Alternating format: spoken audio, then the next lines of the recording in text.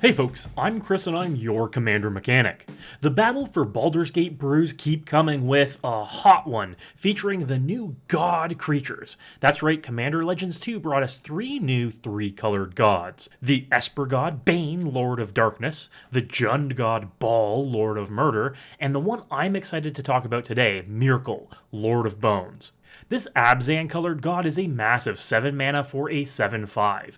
Normally I'd be hesitant to build around a commander costing 7 mana, but there are some very unique effects Myrkul here enables. First, as with his brethren, he has the following clause. As long as your life is less than or equal to half your starting life total, Myrkul has Indestructible. But the following ability is what's getting my brewing gears going. Whenever another non-token creature you control dies, you may exile it. It is optional. If you do, create a token that's a copy of the card, except it's an enchantment, and loses all other card types. That is a fantastic ability that immediately pulls me in a dozen different directions of how to really take advantage of it. In fact, it kind of reminds me of the new Swift reconfiguration from Kamigawa Neon Dynasty, a flash aura that turns something into an artifact vehicle and removes its other types. It's the act of removing a card's other types that gets really fascinating and easy to break, like the combo I previously featured, linked up top, with Swift Reconfiguration and Devoted Druid. You see, Devoted Druid can untap itself at the cost of getting a -1/-1 counter. Normally you'd only be able to do this twice, but if Devoted Druid is no longer a creature, well, then there's no limit to how often you can do this. That's infinite mana, and in the case of Myrkul here, a 2-card infinite mana combo with half in the command zone. You might be asking, hey, if you've got 7 mana to cast Myrkul, do you really need infinite mana? Probably not, but around here we do things because we can, damn it. The interesting thing is that Devoted Druid isn't the only creature with the ability to untap at the cost of a -1/-1 counter. No. In fact, in our colors, we also get Cinderhaze Witch and Berenton Medic, a pair of 5-mana creatures that can be real nasty. The Witch can, as long as it's our turn, make all opponents discard all the cards in their hand. Since we can only activate it as a sorcery, it just means that, if the Witch is no longer a creature, opponents' cards are now use it or lose it, because they won't have them after our turns. And the Medic, well, the Medic, as long as it's not a creature, prevents us and our permanents from ever taking damage again. Yes, the ability to prevent 1 damage at a time means that, when it's no longer a creature, we can activate it endlessly to prevent all damage to us. Not too shabby. With combos like that aside, there are a ton of synergies to build into a deck with Myrkul at the helm. Creatures with activated abilities like Mana Dorks can be activated as enchantments, so a Bloom Tender that doesn't die to a board wipe? Very good. Creatures that sacrifice themselves, we get to double up on as well. Take the Fog Frog Spore Frog, for instance. Since sacrificing him with Myrkul out brings him back as an enchantment, we get a second go-around at fogging combat. High priority creatures with static abilities are great in the deck too. Wandering Archaic, Massacre Worm, or Platinum Angel are always good, but when they can't be removed as a creature, they're a lot more difficult to deal with, and require 2 pieces of removal to truly destroy forever. For creatures in the deck, there are a few more really cool interactions that should be noted.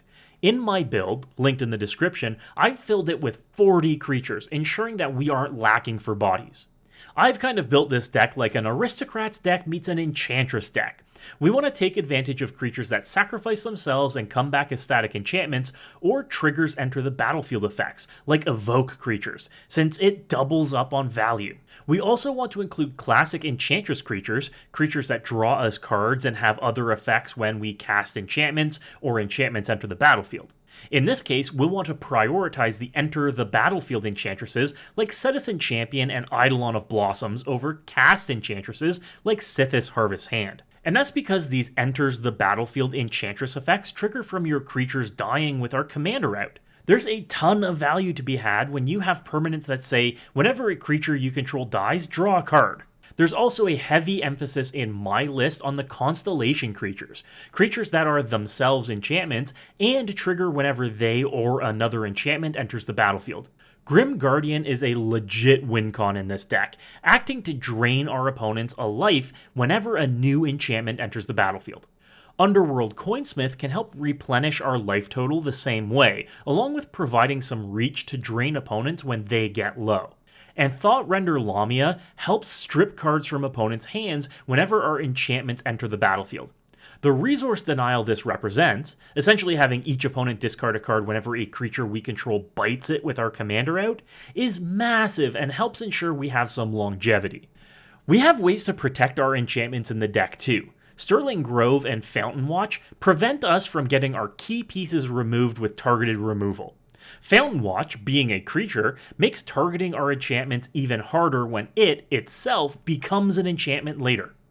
Now this is all fine and good, but a lot of these synergies rely on us having our 7 mana commander out and not immediately removed.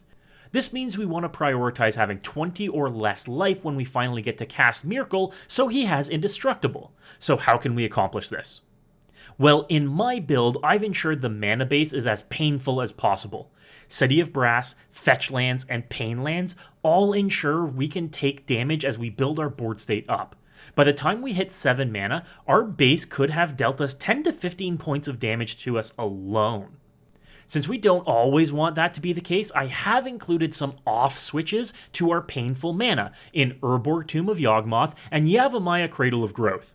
Turning our lands into swamps and or forests means we can take a break from the pain train if we need it and regulate our life total accordingly. I've also worked to ensure our repeatable card draw is as painful as possible too. Keen Duelist, Dark Confidant, and Sylvan Library can help take our life total down to the sub-20 range relatively quick. And since Myrkul's ability is optional, we can sacrifice our painful creatures and send them to the graveyard rather than bringing them back to continue taking us down one card at a time. Now lastly, I want to cover the actual non-creature enchantments in the deck, and these are juicy. Myrkul does bring back our creatures as token enchantments, which means we can double up on them. That's right, Doubling Season, Parallel Lives, and Anointed Procession all go crazy with Myrkul's ability. We could get 3 or 4 copies of an enchantment whenever we lose a creature, and you all know how much I love making copies of things. These non-creature enchantments are great, but there's not a ton of ways to win the game beyond incremental value, so I've included ways to turn these token enchantments back into creatures. Opalescence and Starfield of Nyx make these token enchantments into creatures that are often bigger than what they originally were, with power and toughness equal to their mana value. A strategically timed casting of either of these spells mean that we have a ready-made army set to swing for the fences. And as the crown jewel and curve topper in the deck, I've included the new Legion Loyalty. I love this card and immediately wanted to find a home for it, and with all of the token doubling and enters the battlefield synergies, this is it. We could be making 2 copies of a Doomwake Giant every turn, giving opponents' creatures -6/-6 each time. Or drawing 6 cards off an Eidolon of Blossoms on attack. Or draining 6 life with a Grim Guardian attack. That's all before the possibility of token doublers even enters the picture. It is the highest mana value card in the deck with good reason. It's win more, but it does that spectacularly. If you want to see my full list, check it out by following the link in the description to my sponsor Moxfield. Moxfield is hands down the best deck building platform in the world and helps me make these incredible, wacky decks every week. If you want to see past decks that I work on to keep updated, or you want a sneak peek of what I'm working on building next, be sure to follow my Moxfield profile in the video description. I know a lot of people aren't really hyped about some of the new cards in Commander Legends 2 Battle for Baldur's Gate, but I think there are some real sleeper hits in the set. Myrkul here is definitely one of them, with the ability to do things we've never seen before in Magic. I'm a big fan, and I'm hoping after watching this deck tech, you are too. Let me know in the comments what you would add to this deck and what you want me to build next. And of course, folks, as always, good luck and have fun.